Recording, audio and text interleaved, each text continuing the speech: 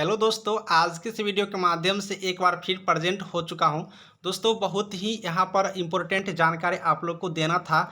कल तो मैं बहुत बिजी थे इसलिए नहीं दे पाए, क्योंकि आप लोग को ये जानकारी बहुत ज़रूरी है। आप लोग बहुत सारे ऐसे कैंडिडेट हो जो हमसे बार बार पूछ रहे हो, बार बार कमेंट कर रहे हो, लेकिन मेरे पास बिल्कुल टाइम नहीं था। हम घर आ चुके हैं और बहुत बिजी थे, इसी को लेकर के चलिए ज़्यादा बात नहीं करूँगा।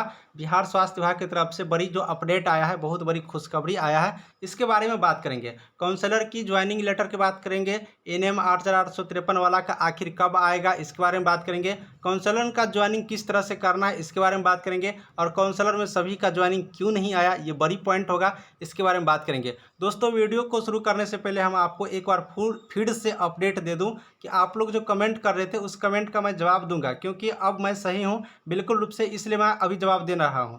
आप लोग दोस्तों कहते हो कि सर का अपडेट गलत रहता है। मैंने 29/9 को अपडेट दिया था अपने टेलीग्राम ग्रुप के माध्यम से। चूंकि ऑफिशियल वेबसाइट पे अपडेट नहीं हुआ था, इसलिए हम आपको वीडियो नहीं डाले। 29/9/2022 को अपडेट दिए थे कि काउंसलर वाले के लिए, यानी कि एक खुशखबरी देगा बिहार स्वास्थ्य विभाग, ये दिए थे 29 को शाम में। और हम ये बताए थे कि आपको 30 तारीख को मिल जाएगा नोटिफिकेशन। तो 30 तारीख को भी आ चुका था रिजल्ट ज्वाइनिंग का, जो एक वायरल नोटिस की तरह था। आप लोग विश्वास नहीं कर रहे थे, लेकिन हम वीडियो के माध्यम से कंप्लीट जानकारी दी है। वो वीडियो अवेलेबल है। 30 को वेबसाइट पर अवेलेबल नहीं था, 1 को भी अवेलेबल नहीं हुआ। चूँकि अब वेबसाइट पर अवेलेबल कराना जो टेक्निकल इशूज होते हैं उस सब की वजह से भी थोड़ा लेट होता है। आखिरकार 2 अक्टूबर को आप लोग को दिख गया, यानी कि कल के डेट में आप सारे कैंडिडेट यहाँ पर देख लिए कि ज्वाइनिंग लेटर यहाँ पर अपडेट कर दिया गया।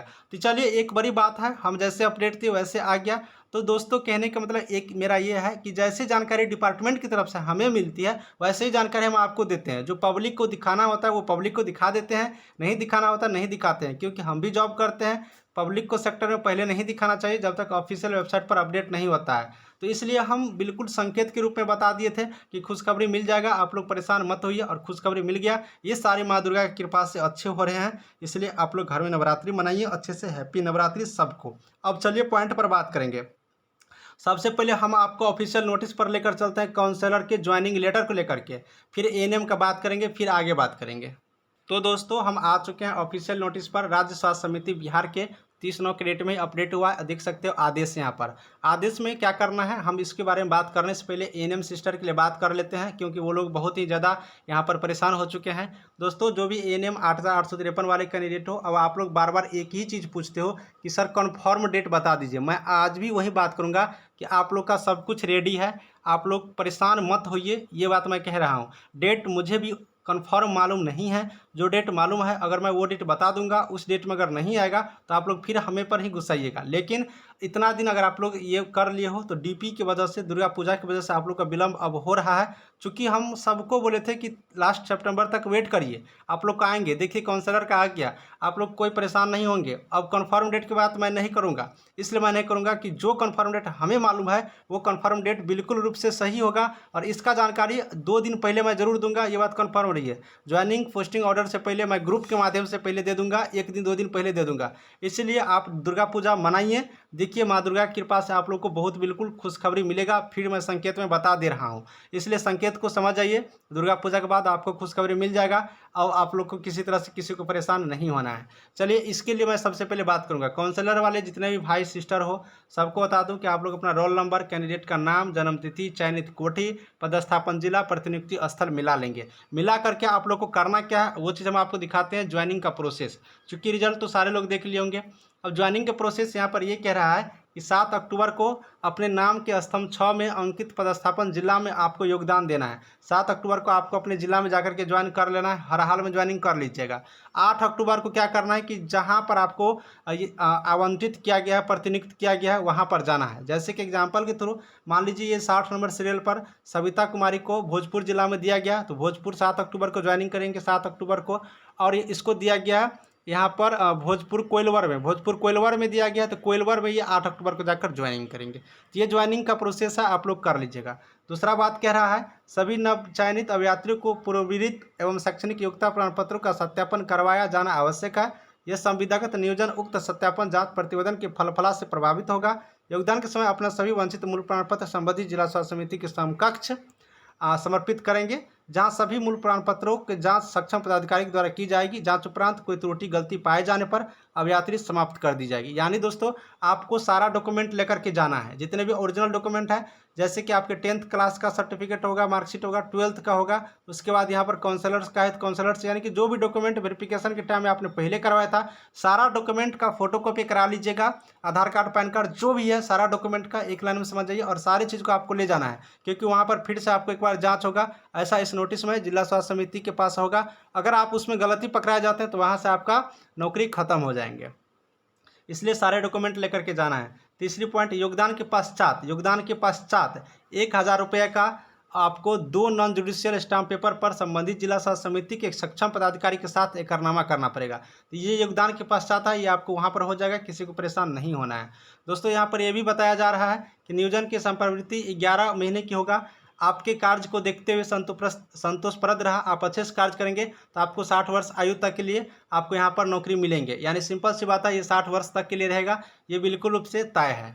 दोस्तों ये भी यहाँ पर बताया जा रहा है कि चयनित अभ्यर्थियों का नियमितीकरण अथवा पुनः नियोजन हेतु कोई भी दबाव मान्य नहीं होगा। यानी कि चयनित जो भी कैंडिडेट हो उसको नियमित कर देगा। इसके लिए अगर कोई आप लोग हल्ला करते हो, आप लोग कोई दावा करते हो, तो इसके लिए कोई मान्य नहीं होगा, आप लोग ऐसा नहीं करेंगे, ये बताया जा रहा है दोस्तों। लेकिन मैं आपको यहाँ पर एक बात क्लियर कर दूँ, जब भी परमानेंट वैकेंसी आएगी उस परमानेंट वैकेंसी में संविदा वाले को यहाँ पर वेटेज दिया जाता है, और जितने भी संविदा पर अभी ज्वाइन कर रहे हो सबको परमानेंट हो जाएंगे, एक न एक दिन होगा, ये कन्फर्म रही है। दूसरा बात यहाँ पर बात करोगे, पदस्थापन जिला में योगदान करने एवं प्रभार ग्रहण करने अथवा एकरनामा करने हेतु कोई यात्रा भत्ता दे नहीं होगा। यानी ज्वाइनिंग जब करने के लिए जाइएगा तो उसके लिए आपको कोई यात्रा भाता कोई भाड़ा वारा आपको नहीं मिलेगा। उसके बाद कह रहा है कि उक्त पदाधिकारी का नियोजन इस शर्त पर किया जाता है कि यदि उनके पूर्व विरुद्ध का सत्यापन प्रतिवेदन प्रतिकूल होगा, प्रमाण पत्रों एवं अभिलेखों की जांच के क्रम में गलत सूचना पाई जाएगी, तो उनका नियोजन बिना किसी पूर्व सूचना के समाप्त कर दिया जाएगा। यानी दोस्तों आपने जो डॉक्यूमेंट वेरिफिकेशन किया है वो तो सही है, इसके बाद फिर जो डॉक्यूमेंट आपको देना होगा जिला स्वास्थ्य समिति के पास जहाँ आप ज्वाइनिंग करेंगे, अगर इसमें आपने सही पाया तो ठीक है, अगर आपने गलती कर लिया, कहीं अगर 2 नंबरी गेट से अगर आपने नौकरी लेकर आए हो और जांच में पकड़ा जाओगे तो आपकी नौकरी खत्म हो जाएगी और आप पर कार्रवाई भी किया जाएगा। इसलिए मैं अभी भी बता रहा हूँ, जो 2 नंबर की गेट से आए हो, जो गलत रास्ते से आए हो, बिल्कुल रूप से ज्वाइनिंग ना करें। जो सही कैंडिडेट हो, जेन्युइन कैंडिडेट हो, वो बिल्कुल रूप से यहाँ पर ज्वाइन करें, उससे किसी प्रकार की दिक्कतें नहीं होंगी। दोस्तों यहाँ पर यह भी बताया जा रहा है कि सभी नवनियोजित काउंसलर के एकमुश्त 15,000 रुपया आपको प्रतिमाह भुगतान संबंधित जिला स्वास्थ्य समिति से किया जाएगा। यानी कि आपको 15,000 रुपये वेतन पर यहाँ पर अभी ज्वाइनिंग किए जाएंगे। मानदेय भुगतान प्रतिनियुक्ति स्थल से प्राप्त उपस्थिति विवरणी के आधार पर दिया होगा। मानदेय प्रतिमाह FMR कोड HSS के क्रमांक 185.1 के तहत विकल्पनीय होगा। यानी दोस्तों यहाँ पर ये कह रहा है कि आपको 15,000 रुपये प्रत्येक महीना सैलरी होगा। उसके बाद दोस्तों आपका जो जहाँ पर आप ज्वाइनिंग करेंगे वहाँ पर जो आपका अटेंडेंस सीट होगा उसको देखते हुए आपको यहाँ पर सैलरी दिए जाएंगे। यानी कि अब सिंपल सी बात है, अगर आप महीना में 30 दिन होता है, अगर 20 दिन जॉब करोगे तो 20 दिन का ही सैलरी मिलेगा। इसलिए सारे दिन अच्छे से करिए जिससे आपको फुल का फुल सैलरी मिलेगा। ये इस नियम के तहत मिलेगा, नियम भी यहाँ पर बताया गया है बिल्कुल रूप से।